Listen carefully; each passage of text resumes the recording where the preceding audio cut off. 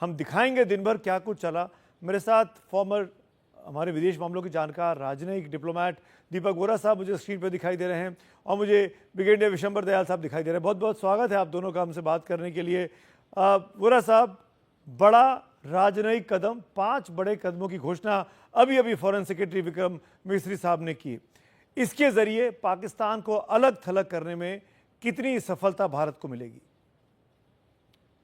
बहुत बहुत धन्यवाद sir, thank you very much. जब भी आपके साथ होता हूँ बहुत कुछ सीखता हूँ, और फिर तो जनरल विशंबर दयाल साहब भी हैं, इनसे भी बहुत कुछ सीखूंगा। सबसे पहले श्रद्धांजलि to all those who were killed, और आप बहुत अच्छी कवरेज इसके बारे में करते रहे हैं। अभी आपने बताया कि जो 5 स्टेप्स हमने लिए हैं इनका क्या असर होगा डिप्लोमेटिकली। तो उनके जो लोग हैं सर, मैं चाणक्य के पास जाता हूँ, उन्होंने यही बताया था अच्छा कि जब आपका एडवर्सरी होता 4 स्टेप्स होते हैं, साम दाम भेद दंड। तो साम होता है परसुएजन, उसका टाइम खत्म हो गया, बातचीत करने का कोई फायदा नहीं। फिर होता है दान, इसका मतलब होता है कि इकोनॉमिक मेजर्स। हमने पाकिस्तान को कटोरा उसके हाथ में देके भीख मंगा बना दिया, कोई देश उसको पसंद नहीं करता। तीसरा होता है भेद। आप देखेंगे सर 57 मेंबर कंट्रीज हैं of the organisation of Islamic cooperation, एक भी है नहीं है जो पाकिस्तान का समर्थन करता है। वो भी हमने बिल्कुल तोड़ दिया, हमने भेद डाल दिया। अब रहा दंड। दंड की आज बात हुई है सर। एक दंड होता है मिलिट्री फोर्स, दूसरा होता है नॉन मिलिट्री मेजर्स जो आज हमने। इंडस वाटर ट्रीटीज का जो सस्पेंशन हुआ, पहले भी इसकी डिमांड रेज की गई है कई बार। आज जो हमने डिसाइड किया विद इमीडिएट इफेक्ट, सर इसका असर, मैं तो कारगिल में स्पेशल एडवाइजर हूँ, ले में मैं उस पूरे एरिया को जानता हूँ। 1 महीने के अंदर आप देखेंगे क्या असर होगा। वैसे भी सिंधु नदी जहाँ पाकिस्तान में होती हुई जाती है अरेबियन सी में, वो वहां पे एक रेगिस्तान बन चुका है, क्योंकि उनको मालूम नहीं है इसका पानी किस तरह से प्रयोग किया जाए। पंजाब सारा ले लेता, बाकी एरिया भूखा है, प्यासा है। अब और तकलीफ हो, बहुत तकलीफ होने वाली है उनको। आई डोंट नो इसमें ये क्या ये लोग चाहते हैं। और फिर पहली बार आज जो हमने देखा है डेमोन्स्ट्रेशन श्रीनगर में हुई है अगेंस्ट पाकिस्तान सर। ये मुझे याद है सर, 9 साल हुए हैं बुरहान वानी को मारा था, सारे डेमोन्स्ट्रेशन होते थे प्रो पाकिस्तान। हजारों की संख्या, लाखों की संख्या में लोग उतर आए थे कि इसको क्यों मार दिया। आतंकी को मारते थे, जो पुरानी चीफ मिनिस्टर, वो खुद जाती थी उनके घर में छाती पीटने, आए मार दिया इसको। आज हमने देखा है कि नौजवान लोग सड़कों पर उतरे। क्यों सर? बिल्लू भाई क्लिंटन जब इलेक्शन लड़ रहे थे ना अमेरिका में, किसी ने पूछा था आपके लिए वोट क्यों करें, वो बोले इट्स द इकोनॉमी स्टूपिड। जब आर्थिक व्यवस्था पर चोट लगती है लोगों को वो बर्दाश्त नहीं होता सर। ये बेसिक चीज पाकिस्तान गलती कर बैठा है। Tourism was is the life blood of Kashmir sir. 80% Kashmir की जो जी, आर्थिक जीडीपी है दैट कम्स फ्रॉम टूरिज्म। आपने उसको तोड़ने की कोशिश की है। अरे आप किसके पेट पे लात मार रहे हो? वही लोग जो वहां पर they were dying, they were waiting to welcome the tourist. Colleges खुल गए, यूनिवर्सिटीज खुल गए, स्कूल्स खुल गए, लोग जा रहे हैं। सो ये चीजें जो हैं, इस बेवकूफ को, ये जो क्या नाम है इस मैड मुल्ला का, मैड मुल्ला मुनीर जो पाकिस्तान में है, इसको ये बात समझ नहीं आती कि चीज क्या है इससे बड़ी। अब राइट। मिलिट्री एक्शन हुआ कि नहीं ये मैं आपको नहीं बता, but that will be the ultimate step. अब ये जो गलती, और देखा आपने सर अंतरराष्ट्रीय कितना सपोर्ट आ रहा है भारत को, रशिया से आ रहा है, इधर से आ रहा है, उधर से आ रहा है। पाकिस्तान ने ये क्यों किया? एक तो ये मैड मुल्ला मुनीर बताना चाहता है कि मेरे पे बहुत ताकत है, मैं भारत को चोट कर सकता हूँ। वेरी गुड, मान लिया। दूसरी चीज क्या है? कश्मीर की इकोनॉमी को वापस। और तीसरा सर, ये मैं बड़ा सोच समझ के कह रहा हूँ, जो इस्लामिक रिपब्लिक ऑफ चाइना है, जो पाकिस्तान का बाप है, उसको बताना चाहता है कि देख मैंने भी कर दिया है जो तू करना चाहता था। वो भी इस्लामिक रिपब्लिक है चाइना, ये तो आप जानते हैं ना। 1.2 वीगुर मुस्लिम्स को जेलों में रखा है, और पाकिस्तान अरे मेरे दादा, मेरे चाचा, मेरे रहनुमा, मेरे दामाद, मेरे ससुर। तो ये उसको बताने के लिए था। China is fully involve. ये जो हुआ है सर, आप देखेंगे, आप ही खुलासा इस चीज का करेंगे आने राइट। वाले समय में। जी, वोरा साहब मैं आता हूँ। My case. एक बार जनरल साहब के पास चल रहे हैं, जनरल दयाल। एक चीज़ जो फॉरेन सेक्रेटरी की प्रेस कॉन्फ्रेंस में सबसे आखिर में निकल कर आई, जो हमको खास तवज्जो देनी चाहिए, तहव्वुर राणा का नाम लिया, मुंबई अटैक का मास्टरमाइंड जो अब भारत के पास है। और तहव्वुर राणा ने किस तरीके से रेकी की, किस तरीके से मुंबई में 26/11 के हमले हुए, वो किसी से छुपा नहीं है। तमाम इन्वेस्टिगेशन में चीज़ें बहुत साफ हो चुकी हैं, अमेरिकी कोर्ट में साफ हो चुकी हैं। ऐसे में जब आईएसआई की पोल खुलने वाली है, जब आईएसआई और हाफिज सईद के लिंक खुलने वाले हैं, और ये तमाम जो चीज़ें सामने आएंगी दुनिया के पास जाने वाली है, ऐसे में पाकिस्तान के जनरल आसिफ मुनीर का ये बयान आना कि हम कश्मीरी भाइयों के साथ खड़े हैं और उसके हफ्ते 10 दिन के अंदर इतना बड़ा पहलगाम में सैलानियों पर हमला हो जाना, आपको लगता नहीं कि सब चीज़ों को जोड़कर देखना चाहिए? इसीलिए भारत सिर्फ राजनयिक कदम नहीं उठाएगा, सैन्य कदम भी उठाए जाएंगे। पहले तो बहुत बहुत शुक्रिया और मैं माफ़ी चाहता हूँ, कल मैं आपको ज्वाइन नहीं कर पाया था। देखिए, बहुत स्पष्ट सी बात है, पाकिस्तान का इरादा क्या था? पाकिस्तान का इरादा जो था वो कोई छोटा मोटा इरादा नहीं था। पाकिस्तान का इरादा था भारत के अंदर दोबारा से एक ऐसी कार्रवाई करो जिससे भारत के अंदर दहशत फैले। इसकी दहशत सिर्फ कश्मीर में नहीं फैली है, इसकी दहशत भारत में फैली है। अगर आज 50 करोड़ लोगों से भारत में बात करो कि क्या आप जम्मू कश्मीर जाना चाहेंगे, तो बोलेंगे नहीं, वहाँ आतंक है। ये तो एक उसकी मैसेजिंग थी जो पूरे भारत में दहशत का माहौल उसने क्रिएट कर दिया।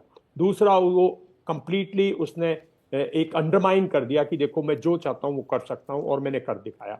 तीसरा, उसने स्पष्ट किया है कि ये मुद्दा जो है कहीं ना कहीं भारत की गलियों में गूंजेगा और इसका लोग रिलीजियस पहलू खड़ा कर देंगे और इंटरनल डिफरेंसेस में स्टेट वर्सेस सेंटर खड़ा हो जाएगा। उसके काफी घिनौने उसके विचारधारा थी। और हमें एक मेरा मानना बहुत स्पष्ट है, ना तो हमें राणा की स्टेटमेंट से ये हो सकता कि भाई लश्कर तौयबा और इनके कौन मालिक हैं और इन्होंने भारत का क्या नुकसान किया है, और ना ही हमें किसी अंतर्राष्ट्रीय समाज से ये सुनने की आवश्यकता है। हम जानते हैं कि पिछले 35 साल से इस पूरी रूपरेखा को जो पाकिस्तान की आर्मी है, ISI है, सारे के सारे इस जम्मू एंड कश्मीर के अंदर इन्वॉल्व है। ये घटना पूरी की पूरी पाकिस्तानी ISI की, पाकिस्तानी आर्मी की रची हुई है। इसके अंदर कुछ ना कुछ इस किस्म की घटना लोकल टेररिस्ट नहीं करते। लोकल टेररिस्ट में जो कश्मीरी टेररिस्ट है, जो तो टेररिस्ट या सपोर्टर्स है, उसमें इतना दमखम नहीं है। ये क्रूरता है, ये बुचरी है, ये इनह्यूमन एक्ट है। ये सिर्फ वो कर सकते हैं जो भाड़े के, किराए के, जो बिल्कुल इस किस्म के लोग जो इन्फिल्ट्रेट होके आए हैं। तो पाकिस्तानी आर्मी कंप्लीटली इन्वॉल्व है।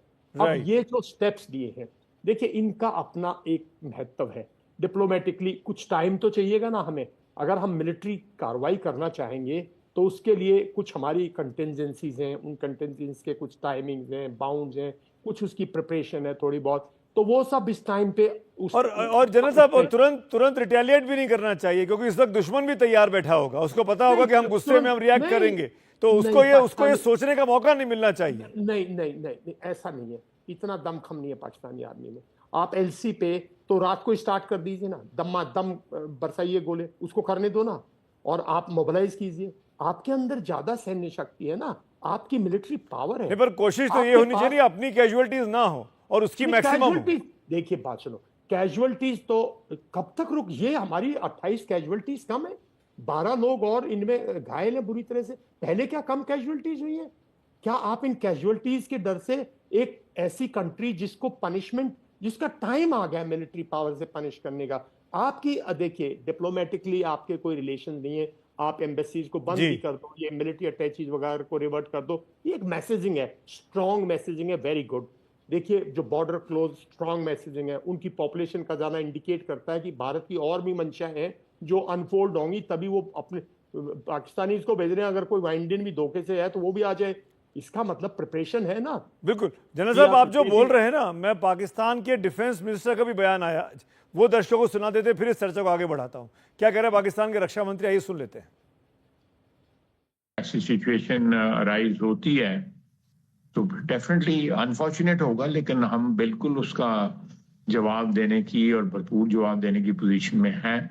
आपको याद होगा कि जब हमारी एयर स्पेस वायलेट की गई थी वे बैक, आज से 4-5 साल कबल जो है, तो उसका जो जवाब हमने दिया था वो आज भी सबको याद है कि अभिनंदन के साथ क्या हुआ था। तो पाकिस्तान जवाब देगा अगर भारत ने उसके ऊपर कोई सैन्य कार्रवाई की, तो पाकिस्तान के रक्षा मंत्री कर। जनरल दयाल, सुना आपने? बिल्कुल सुना, और बिल्कुल, और उन्होंने प्रिपेयर किया है पहले से कि उनको पता है कि भारत जरूर कोई कार्रवाई करेगा। लेकिन ये तो कोई प्रॉब्लम नहीं है ना, ये तो हमें बाहर से लगता है। देखिए मिलिट्री जो प्लानिंग है उसमें हमारी कंप्लीट कंटिजेंसी प्लानिंग होती है, हमारी ऑप्शंस है कि वी विल पॉलिटिकल लीडरशिप जिस दिन फैसला लेगी हम ये कार्रवाई करेंगे, उसकी प्लानिंग है, उसका सब कुछ है, किस तरह करेंगे, कैसे करेंगे, किस टाइम पे, वो सब है, वो सब यहाँ नहीं डिस्कस की जा सकती और ना वो बिल्कुल उनका करनी भी नहीं चाहिए। वाकिफ है। ये लेकिन मेरा स्ट्रेटेजिक मानना मामले ये है हैं। कि ये हमारे पास कोई वक्त नहीं बचा। देखिए, मैं तो ये कहूंगा ये टाइम है to punish Pakistan once for all. ये टाइम है, अगर हम भारतीय ये सोचते बिल्कुल, हैं मैं अगला POK सवाल सुनिए, अगर भारतीय ये सोचते हैं कि POK हमारी टेरिटरी है और हमारा हक है उस टेरिटरी पे, तो पाकिस्तान की जो लीडरशिप है उसने एक मौका दिया है। आज दुनिया के अंदर किसी के पास दम कम नहीं है कि बिल्कुल भारत को रोक सके। हमने और ये देखा मौका है जो सेल्फ नरसंहार प्लान। हमास ने किया इजराइल में जाकर और फिर इजराइल ने जो बदला लिया, क्या वो मौका अब भारत के पास आया है उस पाकिस्तान ऑक्यूपाइड कश्मीर को आज़ाद कराकर अपने साथ लाने का जो कुछ पहलगाम में हुआ? दीपक वोरा साहब, आपके कमेंट, क्या ये संभव है उस लेवल पर तैयारी की जाए कि POK अब सिर्फ इंडियन ऑक्यूपाइड रह जाए, इंडियन ऑक्यूपाइड हो, ना कि POK हो? It should come back to us, नहीं सर, हमारे पास वापस आना है। वो तो हमारा, जैसे जनरल साहब ने कहा, जिनकी मैं बहुत इज्जत करता हूँ, हमारी टेरिटरी है, इलीगली ऑक्यूपाइड बाय पाकिस्तान। इसमें सर आज ही आपके चैनल किसी और पे मैं सुन रहा था, कोई पाकिस्तानी जर्नलिस्ट बकवास कर रहा था कि वो UN रेजोल्यूशन इंप्लीमेंट किया जाए। मैं नहीं था प्रोग्राम पे, पूछना चाह रहा था, तूने पढ़ा भी है बेवकूफ? उसका नंबर 1 चीज ये था कि पहले आप वापस जाएंगे, दूसरा हम लोग मिनिमम फोर्स वहां रखेंगे, तीसरा फिर रेफरेंस टू द पीपल। पहला स्टेप नहीं हुआ तो सेकंड एंड थर्ड कहां से आते हैं? बेवकूफ लोग हैं sir.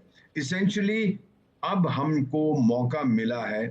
This is again sir, एक जब मैं पढ़ता था विदेश में तो रॉबर्ट मर्टन साहब थे सोशियोलॉजिस्ट, उनका एक कानून था, लॉ ऑफ अनइंटेंडेड कॉन्सिक्वेंसेस। आप करना कुछ चाहते हैं, आप भारत को डराना चाहते थे, धमकाना चाहते थे, लेकिन उसका अनइंटेंडेड कॉन्सिक्वेंस ये होगा, आप बेनकाब हो गए पूरी दुनिया में। भारत की डिप्लोमेसी, कूटनीति इतनी शक्तिशाली है sir. I pay tribute. I mean, I compliment my colleague. भले ही मुझसे सर्विस में जूनियर हैं, doctor S Jaishankar, he is the best foreign minister in human history. उन्होंने, हमने बिल्कुल बेनकाब कर दिया। हमारी एम्बेसीज को मैसेजेस चले जाएंगे, स्टैंडर्ड प्रोसीजर होता है, हमारे सारे एम्बेसडर्स लोकल गवर्नमेंट्स को ब्रीफ कर देंगे कि ये वहां हो रहा है। वो तंग आ चुके हैं। फाइनली सर, अगर आप you give me 15 more seconds, मैं मैसेज एक पढ़ देता हूँ। मेरा एक ग्रुप है यूनाइटेड स्टेट्स में, हम लोग व्हाट्सएप में मैसेजेस एक्सचेंज करते हैं। कुछ retired congressman, senators, academics, professors, journalist members हैं। एक मेरे बहुत घनिष्ठ मित्र हैं, एक सेनेटर, उन्होंने ये मैसेज भेजा है। एम्बेसडर, मैं अंग्रेजी में पढ़ता, हिंदी में अनुवाद करता हूं। Ambassador, sorry about what has happened, do to them what we did to Manuel Noriega, वो जो पनामा वाला था। We went in, brought him out, put him in jail and threw away the key. We did to Osama bin Laden and Ayman al-Zawahiri what we should have done. Ambassador, go inside that country, destroy the creators of terror and do the world a favor. ये America से संदेश मेरे पास। Right. Do the world a favor. इससे ज्यादा मैं क्या कहूँ sir? तो ये तो मौका है, और इस मौके को नहीं भुनाया जाएगा तो कब भुनाया जाएगा? ये Exactly. जो कुछ हुआ जनरल दयाल साहब, ये मैं समझना चाहूँगा आपसे, इसके बाद पाकिस्तान की सेना जो इस वक्त हतप्रभ है, परेशान है, वहाँ तालिबान से नहीं बन रहा, वहाँ बलूचिस्तान में उन्होंने नाक में दम किया हुआ BLA ने और BLF ने, ऐसे में क्या उसका तवज्जो इस वक्त अपने ईस्टर्न बॉर्डर पे होगा, इंडियन बॉर्डर पे होगा आज की, कल की घटना के बाद? देखिए, पक्का होगा, बिल्कुल होगा। उन्होंने पहले अपनी फोर्सेस को अलर्ट किया होगा। उनकी फोर्सेस ईयर मार्क हैं। ईस्टर्न फोर्स जो इंडिया के अगेंस्ट फोर्सेस हैं, जो उनके डिवीजन कोर्स हैं इंडिया के अगेंस्ट, वो इंटैक्ट हैं। 16 डिवीजन, 18 डिवीजन, आप मतलब गिन सकते हैं, वो पूरे इंटैक्ट हैं। उनका पूरा तवज्जो इंडिया की तरफ। रहने दो ना, मैं तो कहता हूँ रहने दो। जितना आप उनको you draw them to battle, no, उसको तो डिस्ट्रॉय करना बनता है ना जी। वो तो डिस्ट्रॉय नहीं करेंगे तो बात कैसे बनेगी? पाके ये देखिए, हमारे यहाँ हम अपने आप कुछ गुत्थियों में उलझते जाते हैं। अपने आप पर सवाल, जितने सवाल पूछोगे उसके 3-4 ऑप्शंस होंगे, उसमें 2-4 बुद्धिजीवी 2-3 ऐसी चीजें कहेंगे जिससे लगेगा हमारी इकोनॉमी रुक जाएगी, हमें लॉस होगा, लॉन्ग टाइम में अच्छा नहीं है, फौज इज नॉट द सॉल्यूशन, लड़ाई नहीं है। देखिए, आज तक वहां फैसला नहीं हुआ, वहां फैसला नहीं हुआ, वहां फैसला नहीं हुआ। अरे लड़ाई में फैसला नहीं हुआ, लड़ाई में एक इतना स्ट्रॉन्ग प्यूनिटिव एक्शन लिया जाता है कि फैसला लेने वाले का कलेजा कांपता है, उसकी रूह कांपती है और वो कहता है इससे अच्छा है कि मैं एक फैसला ले लूं, इस मुल्क के साथ बातचीत करके अपने इस चंगुल से निकलूं। बिल्कुल बिल्कुल ठीक बोल रहे हैं आप जनरल दयाल। अगर पाकिस्तानी मिलिट्री लीडरशिप को 75 साल देख लिया हम लोगों ने, 75 बिल्कुल। इयर्स।